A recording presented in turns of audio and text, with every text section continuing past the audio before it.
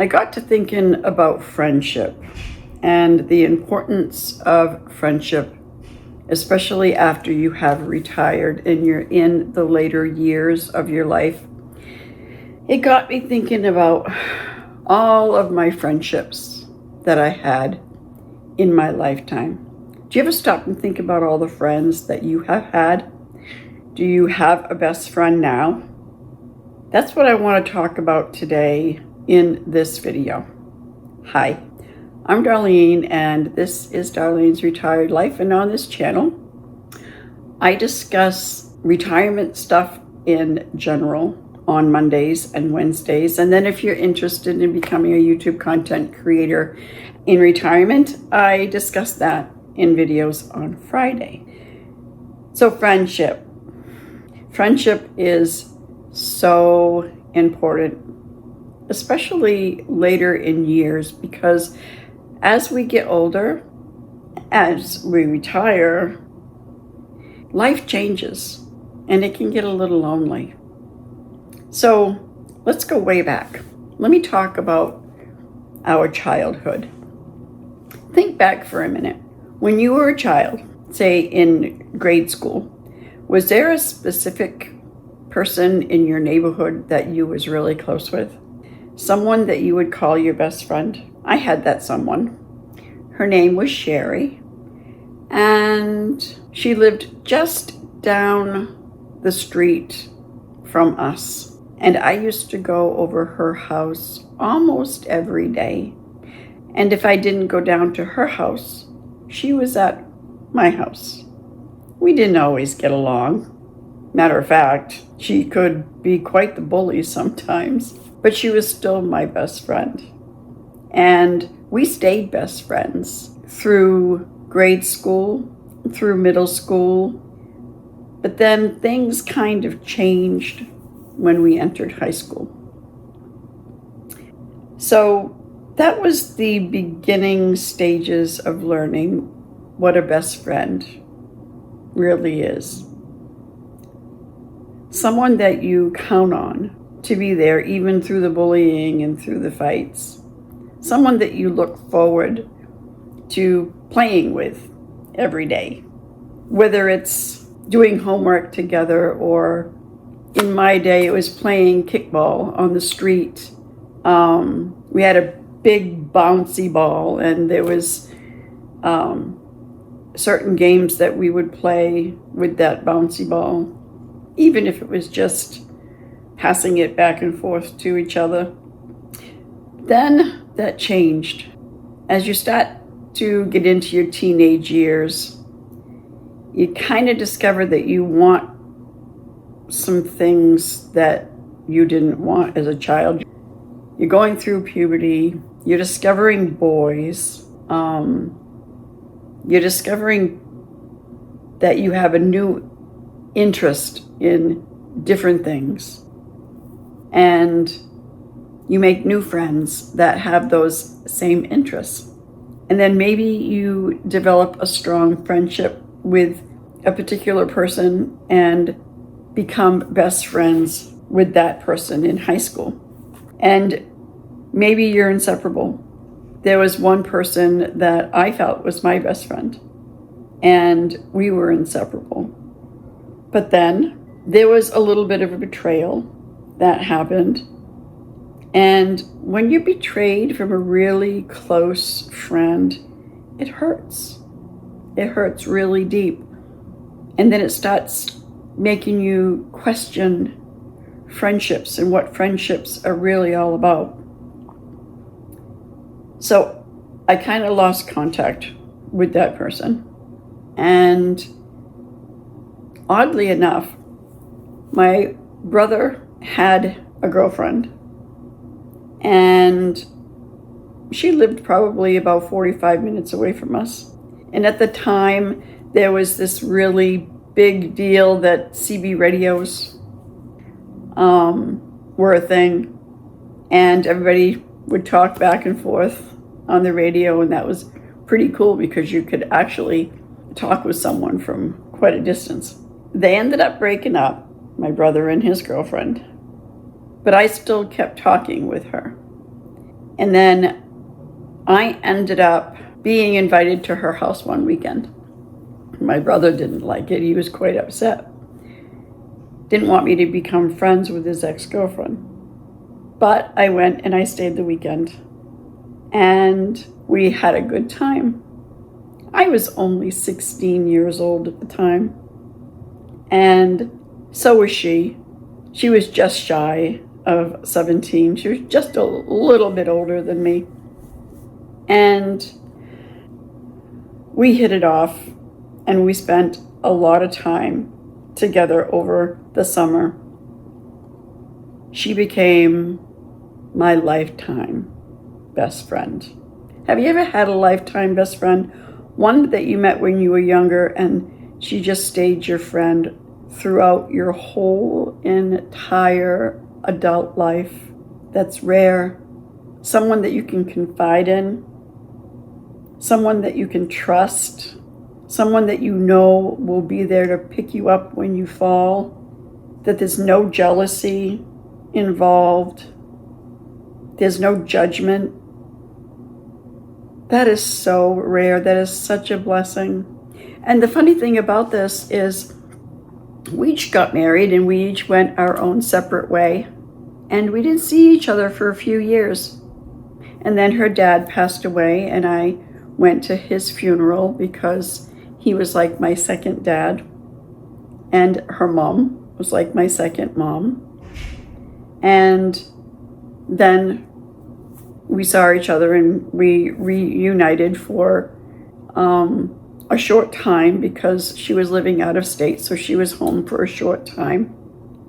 Then years went by again, and I have to stop and think about it because I really am not sure how it happened, but we ended up connecting again, and it was like this happened 2 or 3 times through our life, and we just ended up, it's like we never even left. It was like we were together the whole entire time, like nothing had ever changed, and we would just catch up on what was going on in each other's life, and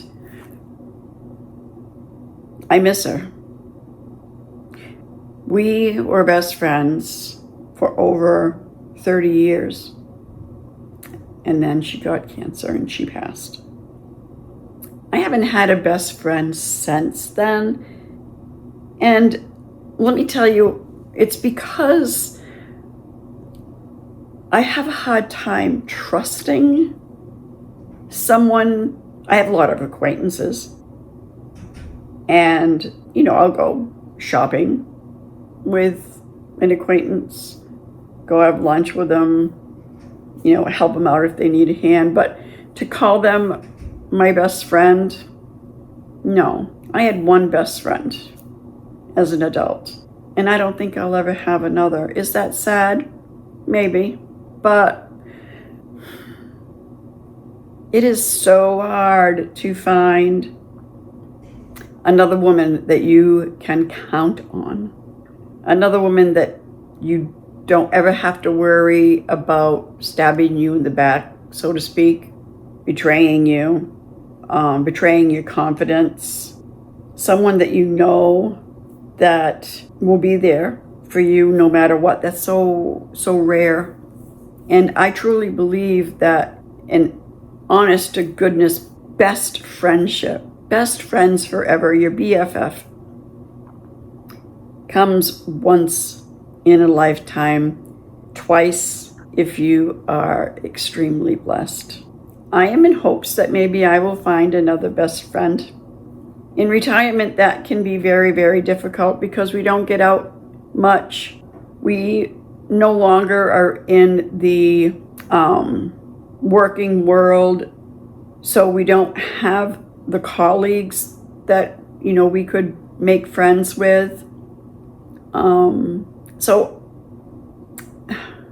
I would advise, maybe if you are looking to maybe connect with someone in that deep friendship level, then maybe start volunteering in your community. Maybe participate in things where you're going to be more in public, and after you're there for a while, you'll probably start conversing with other like-minded people and perhaps make a friend if that's what you're looking for, maybe two. I can't guarantee that you'll have that really deep connection, but it's possible. I may one day.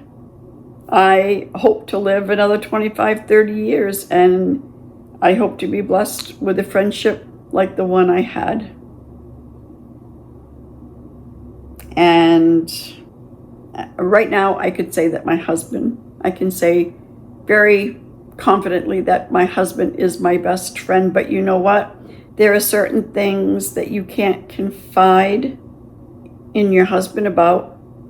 Like a best friend, if I was feeling a little sad about something that my husband might have done, something that he might have said that hurt my feelings, if I just, something irritated me and, I just wanted to talk to somebody about it. You can talk to your husband about it, but it's not going to be the same as just getting things off your chest to your best friend that's just listening. You talk to your husband about it later to work things out, but you need someone to actually just get things off your chest. So yes, my husband is my best friend, but not that type of a best friend that I'm talking about. And speaking of my husband, he's a man. And did you ever notice, of course he's a man, but did you ever notice that men that are best friends, they have an altogether different type of a relationship. They can actually physically fight with one another, but then the next day shake hands and they're fine. Whereas women, once they betray each other, that's it. Once they have this big blowout fight, that's it. Friendship's either over or you go weeks and months, sometimes even years without talking to each other. Women get jealous of one another, but men don't. Men might get a little envious, but it doesn't affect their friendship. It's amazing how different the two sexes are. The male species and the female species. So different, but yet what do I want to say? I'm getting a little off topic here. Men and women balance each other out. Women are just complicated. We're a very complicated species. So here we are in retirement, and we sit alone, and we don't really do much. We don't have the friends and the acquaintances that we used to have throughout our younger years, especially when we're working. Tell me your experience. Do you have a best friend in retirement? If so, hang on to that best friend. It's a blessing. I just wanted to share that with you today because I think that friendship is very important, but best friends is rare. And that is something that can really, really help us thrive in retirement is having a best friend. So thank you for listening. I hope you enjoyed this video. I hope I didn't ramble too much. And until next time, bye.